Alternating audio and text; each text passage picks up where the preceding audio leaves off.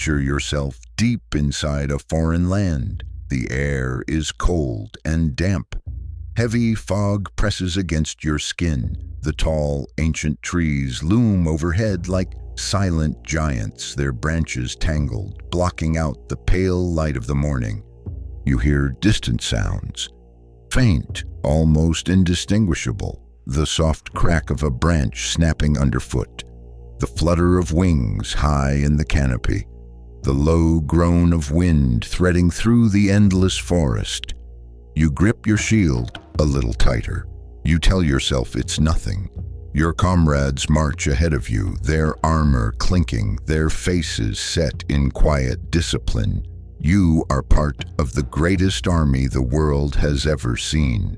The Roman legions, masters of discipline, conquerors of nations.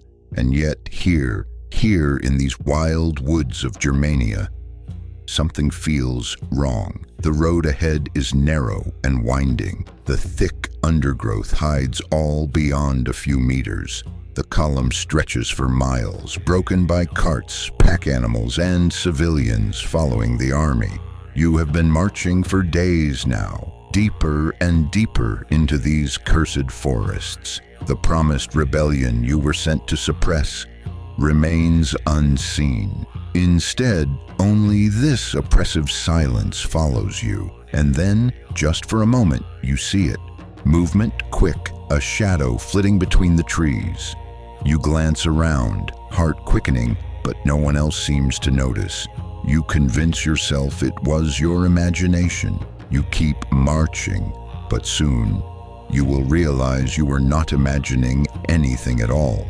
This is the story of betrayal, of ambush, of the greatest disaster to ever befall the legions of Rome. The massacre at Teutoburg Forest, the Roman Empire. For generations, its legions had swept across the world like a relentless tide, leaving behind marble cities, roads that stretched for thousands of miles, and a legacy of law and order that bound diverse peoples under a single banner. The eagle of Rome flew over the deserts of Egypt, the mountains of Hispania, the bustling streets of Carthage, and the cold moors of Britannia. Now, under the rule of Emperor Augustus, Rome's first emperor, its gaze turned once again toward the northeast, toward a land it had never fully tamed, Germania. In Roman eyes, Germania was the edge of the known world, an untamed, primal wilderness, vast, dark forests, swamps and marshes that swallowed men and animals whole, fierce rivers like the Rhine and the Elbe, cutting through wild territories, and scattered throughout these lands were tribes, dozens of them, the Cherusci, the Bructeri, the Chatti, the Marcomanni. Some fought each other, some made uneasy alliances, all cherished their independence. To the Romans, these were not truly nations. They were loose confederations of villages lacking cities, writing, or central rulers, at least as the Romans understood power. But what they lacked in structure, they made up for in pride, ferocity, and an intimate knowledge of their lands. Yet, even so, Rome believed they could bring order here too.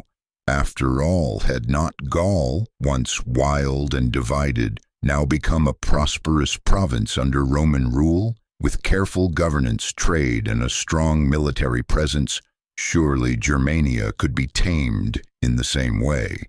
And so Roman roads began to cut into the forests, forts arose along the Rhine, trade flourished, alliances were made, and some tribes began to adapt Roman customs, adopting coinage, Roman dress, even Latin names. It seemed to many in Rome that Germania would soon become just another province. But beneath the surface, not all were content with Rome's presence. For every chief who accepted Roman gifts, another saw humiliation. For every village that enjoyed Roman trade, others seethed at Roman taxes and foreign soldiers stationed near their sacred groves. The thin veneer of Roman control hid deep resentment, and as Rome extended its hand, cracks were already forming beneath its feet. Among the many Germanic warriors who had bent the knee to Rome, one man stood out. His name was Arminius. Born into the Cherushi, one of the more powerful Germanic tribes, Arminius was not raised entirely in the wild forests of his ancestors. As a boy, he was taken as a hostage to Rome, a common practice for ensuring loyalty from tribal leaders. But what Rome saw as a guarantee of submission became something far more dangerous. In Rome, Arminius learned their language, their customs, their politics, and, most importantly, their military tactics. He trained alongside Roman soldiers, mastering the art of war from within the very heart of the empire. Awarded Roman citizenship and even the rank of equestrian, Arminius returned to Germania as an officer, leading auxiliary troops under Roman command. To his Roman superiors, he was the perfect symbol of Rome's civilizing power. A once savage barbarian now wearing Roman armor, speaking Latin and fighting for the empire. But Rome, in its arrogance, saw only the surface. For deep within Arminius, a conflict was growing. He had walked the marble streets of Rome, stood beneath its towering monuments, and seen the might of its legions firsthand. But he had also witnessed the humiliation of his people, the heavy taxes that bled the tribes dry, the Roman governors who imposed foreign laws upon ancient traditions, the proud warriors of his homeland reduced to servants and informants. Arminius had become a man of two worlds, Roman by education, but Germanic by blood and soul. And slowly, quietly, his loyalty shifted. The very knowledge that Rome had given him, its tactics, its discipline, its weaknesses, he would now turn against them. Arminius began forging secret alliances among the scattered Germanic tribes. He spoke of freedom, of pride, of reclaiming the sacred lands of their ancestors. Many chieftains were skeptical. Years of Roman dominance had fractured trust between the tribes. But Arminius spoke with passion, and he carried Roman military rank, granting him access and influence few others possessed. And so, while the Roman governor Publius Quinctilius Varus believed he had a loyal lieutenant in Arminius, the seeds of rebellion were already sprouting in the shadows. A storm was building, a storm that would soon sweep through the forests of Germania and bring the mighty legions to ruin. In the summer of 9 AD, the trap was ready. The Germanic tribes, though historically divided, had set aside their rivalries. Under Arminius's secret leadership, warriors from multiple tribes had gathered in hidden camps deep within the forests. But Rome suspected nothing. For months, Arminius had carefully maintained his role as a loyal Roman officer. He dined with Varus, advised him on tribal matters, and offered to lead auxiliary forces into battle should trouble arise. And then came the perfect excuse. A false report, carefully fabricated, reached Varus. A minor uprising had broken out deep within Germanic territory. It was not an uncommon occurrence. The restless tribes were always a source of minor skirmishes. Varus, eager to demonstrate his command, decided to deal with the rebellion personally. Confident in his legions, he saw no great danger. After all, who would dare challenge the full might of Rome's professional army? And Arminius, ever the loyal subordinate, offered his guidance, insisting that he and his Germanic auxiliaries could help navigate the treacherous terrain. With absolute trust in Arminius, Varus agreed. The three legions, the 17th, 18th, and 19th, assembled and marched eastward into the dark forests. But as they advanced, subtle signs of trouble began to emerge. The weather turned foul. Heavy rains transformed the narrow dirt paths into thick mud, slowing the wagons and pack animals. The dense trees pressed in from both sides, forcing the column to stretch thin for miles, vulnerable and exposed. Civilians, merchants, families, servants followed the legions, making the column even slower and more cumbersome. And still, Arminius reassured Varus that all was under control. At night, Arminius would slip away under the pretext of gathering information from his tribal scouts. In truth, he was finalizing his deadly preparations. Camps were established in hidden clearings, traps were set, paths were blocked. Thousands of Germanic warriors quietly gathered, unseen by the advancing Roman column. The Romans were walking straight into a killing ground, and they did not even know it. And as the days wore on, the forest grew darker, the trees closed in tighter, the air became heavier. The gods of the forest waited. The bloodletting was about to begin. It was the third day of marching. The rain had not ceased. The muddy tracks sucked at the feet of the soldiers. The wagons struggled, the animals groaned, and fatigue was beginning to wear down even the hardened legionaries. And then, the first javelins flew. Without warning, the silent woods erupted with screams. From the thick undergrowth, thousands of Germanic warriors burst forth, faces painted, bodies hardened by years of survival in these unforgiving lands. Their war cries echoed through the towering trees, amplified by the dense forest that trapped sound like a drum. The Roman column was thrown into instant chaos. In the narrow pathway, there was no room to form the famous Roman battle lines. The disciplined maniples and cohorts that had conquered so many lands were now reduced to disjointed clusters, struggling to organize amidst screaming civilians, panicking horses, and fallen wagons blocking every route. The Germans attacked in waves, striking quickly, retreating back into the trees before the Romans could properly retaliate. Arrows and javelins rained from above. Spears found exposed gaps in hastily raised shields. And still, the forest offered no escape. In these woods, every tree could hide an enemy, every shadow could mask a spear. The fog grew thicker as the day went on, blending friend and foe into shifting silhouettes. Roman officers shouted orders, trying desperately to regroup their scattered forces, but communication was near impossible. The front of the column had no knowledge of what was happening at the rear. The center collapsed in panic as rumors of mass slaughter spread among the men. Supply carts overturned, blocking narrow passages and creating choke points that funneled the trapped Romans into easy targets for the waiting ambushers. For hours and then into days, the ambush continued.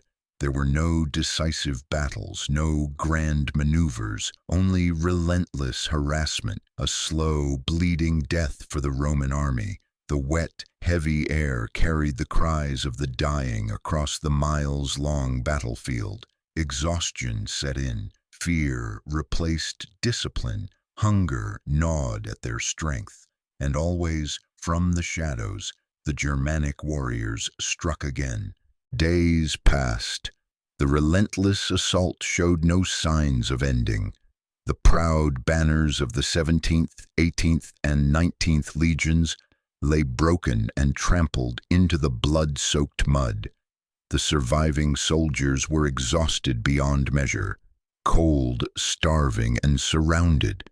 The once gleaming Roman armor was caked in filth. Shields were shattered. Their famed discipline had long since crumbled into mere survival instinct. And yet no rescue would come. The dense forests had swallowed them whole. No reinforcements could reach them. All around, Germanic war horns blared, distant, echoing through the fog, as if the very woods themselves were alive with malice. The Germans struck like ghosts, always moving, always vanishing, never giving the Romans a true enemy to face directly.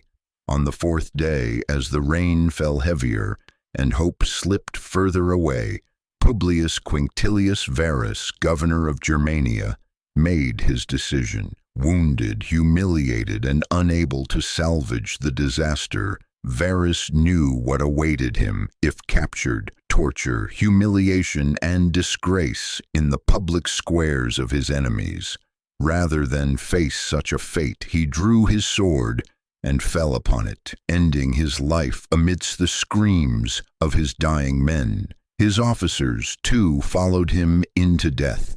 Some committed suicide, others were captured only to suffer a far crueler fate.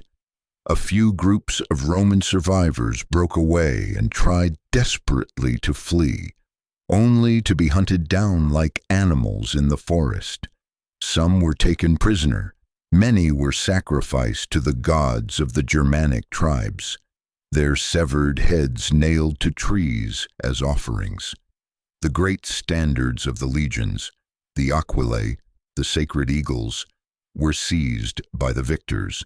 In Rome, to lose a standard was a dishonor far worse than death. And here, 3 entire legions had been wiped from existence. The total Roman losses numbered over 20,000 dead. Soldiers, civilians, camp followers, all consumed by the dark heart of Germania.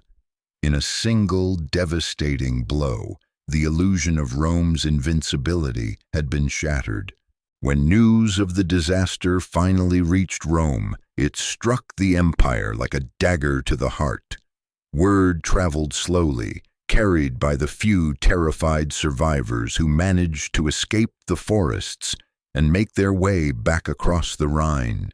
As the scale of the catastrophe became clear, 3 entire legions lost, their standards captured, their officers dead. Emperor Augustus himself was shaken to his core. According to ancient historians, Augustus would wander through his palace at night, pulling at his robes, crying out into the dark, "Quintilivere legiones rede." "Varus, give me back my legions." The grief was not merely personal. This was not just a military failure. It was a stain upon Rome's very image. For decades, the empire had seemed invincible, unstoppable. The loss at Teutoburg shattered that illusion. In the weeks that followed, panic gripped the northern provinces. There were fears that the Germanic tribes, emboldened by their victory, would surge across the Rhine into Roman Gaul. Hastily, Augustus dispatched his best generals, including Tiberius and Germanicus, to stabilize the frontier. Massive new fortifications were constructed along the Rhine River, turning it into a hardened border that would mark the effective boundary of Roman control for centuries to come. New legions were raised. Veterans were recalled. The empire braced for a potential invasion that, in the end, never came. For though they had dealt Rome a staggering blow, the Germanic tribes remained disunited, lacking the central leadership or political ambition to fully exploit their victory. The Roman thirst for revenge would not be easily quenched. Over the next years, Roman generals launched brutal punitive campaigns across the Rhine, burning villages, slaughtering tribes, and desperately trying to recover the lost standards. In one of the few victories that followed, several of the captured eagles were eventually recovered, restoring a measure of Roman pride. But the psychological scar remained. Rome had learned a painful lesson. Beyond the Rhine lay a world that could not be easily tamed, a land of wild tribes who knew the forests better than any invader ever could. And though Rome would continue to raid, punish, and threaten Germania for decades, it would never again attempt full-scale conquest beyond the Rhine. The Battle of Teutoburg Forest did not simply end with the deaths of 3 legions. It marked a line in the sand, a boundary that would shape Europe's future for centuries. Rome, though undefeated elsewhere, never again attempted full-scale conquest of Germania. The Rhine River became not just a physical border, but a cultural one, separating the Latin-speaking urbanized world of the Roman West from the fragmented, fiercely independent tribes of the Germanic North. This division would echo down through history. Centuries later, as Rome fell to barbarian invasions, many of those invaders would come from beyond this very frontier, the descendants of the tribes who had once fought under Arminius's banner. But what of Arminius himself? In the immediate aftermath of Teutoburg, Arminius was hailed as a liberator by many of his people. Yet unity among the Germanic tribes was fleeting. Rivalries resurfaced. Power struggles returned. In the end, Arminius was assassinated, not by Romans but by his own fellow chieftains, threatened by his growing influence. His dream of a united Germania would never come to pass. For centuries, his name faded into the mists of history, but centuries later, during the rise of German nationalism in the 19th century, Arminius was resurrected as a symbol of German pride and independence. In 1875, atop a hill near Detmold, Germany unveiled the massive Hermannsdenkmal, a towering monument depicting Arminius, or Hermann as the Germans came to call him. Sword raised high, he gazes eastward, forever guarding the land he fought to keep free from Roman rule. Yet history rarely offers simple heroes. For some, Arminius represents defiant freedom. For others, a reminder of the constant cycles of ambition, betrayal, and blood that define human conflict. The Teutoburg Forest still stands today, silent, ancient, unchanged, and as the winds whisper through its towering trees, one might still hear echoes of that fateful ambush, when empire met wilderness, and Rome learned that even its power had limits. Thank you for joining me on this journey into the shadows of history. If you enjoyed this story, consider subscribing for more forgotten legends, dark mysteries, and ancient tales from across the world. Until next time, stay curious.